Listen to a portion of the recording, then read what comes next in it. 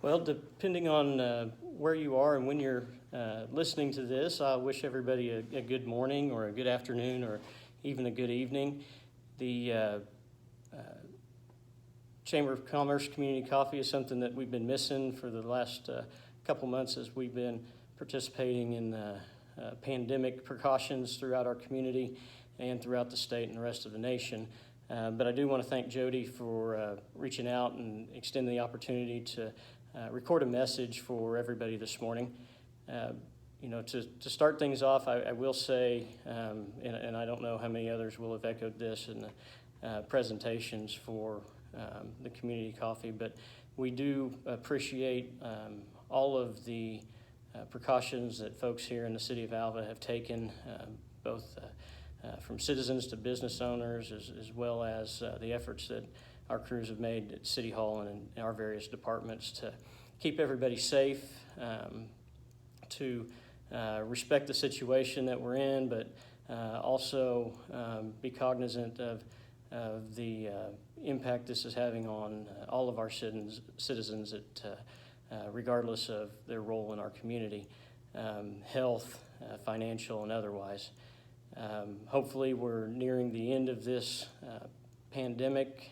I do feel like in Oklahoma and certainly in Alva, we did a good job of flattening the curve, and so we weren't overwhelmed at any point throughout this in our healthcare system. And hopefully we can continue here in Alva and Woods County to have at least hopefully we won't have any more cases of coronavirus in our community. Only having had the 3, all of them have been recovered at this point, and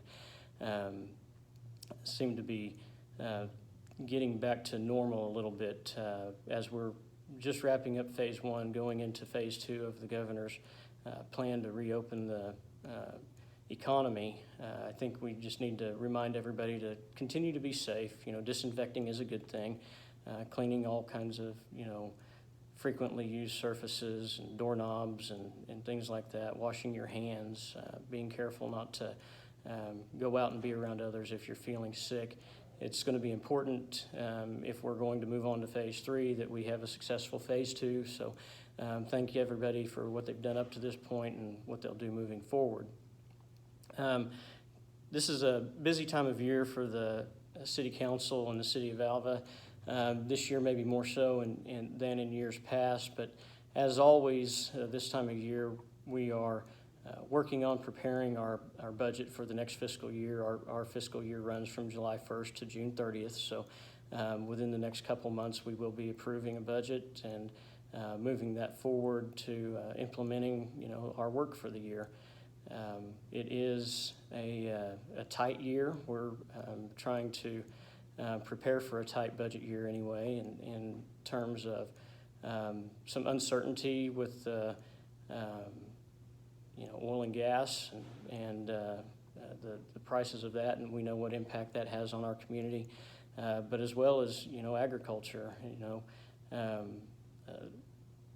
Beef is taking a real hit right now, and that's one of the mainstays of our economy is our beef producers that locate out of the Alva area and here in Woods County. And we know that when times are tough on any of our people that work in these industries, whether it's energy or whether it's agriculture, when times are tough on these folks, we know that times are tough in our community.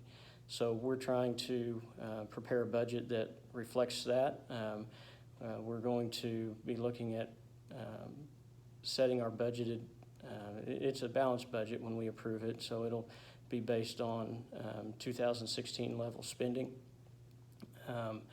That is going to be, we feel like, a very conservative plan, and we hope that obviously that the actual numbers of revenue for the city of Alva come in a little bit better than that, and if that's the case, we'll be in a pretty good position to have a pretty decent year for the community and city of Alva. That is part of some of the business that we'll be looking at in the next city council meeting. Is we'll be hearing from our auditor to be able to present the audit for approval by City Council or acceptance by the City Council. We have, spent a lot of money on capital projects in the last, 2 or 3, 5 years, and we feel like is a year where we need to dial that back. Cash flow is something that we're concerned about with the uncertainty of how our revenue is going to come in the coming months, and so we'll be dialing things back this year. We won't have as many projects that we're working on. We do have some things that we'll continue to be able to do because of dedicated revenues, like our street fees that we have assessed. We'll be able to use those monies for those purposes, and we also have some availability of funds with our 2018 bond issue to finish up some water projects in the community. We will be looking at, and I think everybody has probably heard a little bit about our EMS services and particularly what we can do to continue to provide a good service to our community, a full-time EMS service to our community, but in a more cost-effective way. It's been something that's we've been using the general fund dollars to offset some major expenses in that department for a few years now, and the concern is that if it keeps going in that direction without us doing anything now to try to correct it, that service would be in jeopardy. Now, I'll tell you that our absolute goal as we've talked about it in the different committees, the Public Safety Committee and the Finance Committee, is to continue to have a full-time EMS service here in town. We want to continue to have the people that are working in our EMS department still serving our community as we move forward through this process, and we feel that's important to the overall health and safety of our people, our economy, and the well-being of our city as a whole. That's going to be on the agenda for discussion on Monday evening. We'll meet at 6:30 at the rec park this time. We will be at the rec park because we can spread out a little bit more there, and that way there's plenty of room for any members of the public that want to come out, and you can be social distance away from each other within that facility, and we can still conduct our business out there. We're also, as we deal with some of the what I would call the routine matters of trying to determine how to move forward with our regular business and the things we've always done, as well as our budget process. We're also about midway through our search process for a permanent city manager. We currently are getting by pretty well. Angelica Brady is filling the shoes of both her predecessor as the former city business manager, as well as her previous duties as a finance manager for the city, and doing both jobs right now, and she's doing a good job, and we appreciate the work that she's been in, but we're anxious to go ahead and try to find somebody to fill a permanent spot for us and get some normalcy back to our operation at City Hall. We're looking to hopefully extend an offer by the time we meet in June. At this point, we've had 10 candidates apply for the position, and we're hopeful that as we move forward with additional questions and background checks and interviews, that we'll be able to find somebody that's going to really fit the bill for what we need to meet the needs of the people of Alva and our municipal operations. So look for more information coming out on that. Other than that, it's a time of it's an unprecedented time for our community and almost every other community out there.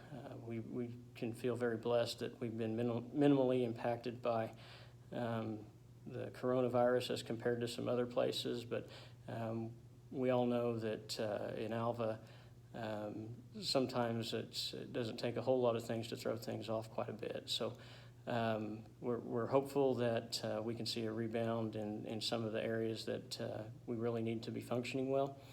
The local businesses, I think, are doing as best as they can under the circumstances, and I hope that everybody out there, if this being a Chamber of Commerce Zoom meeting, I know that everybody listening to this is going to appreciate the call to continue to shop local and do what you can to support local businesses. Not only does it, support our municipality with the sales taxes that are derived, but it also makes sure that the business owners in our community can continue to employ the people that live in our community and provide services to the people that live in our community. So it is a paramount concern that we all do what we can to support each other through this.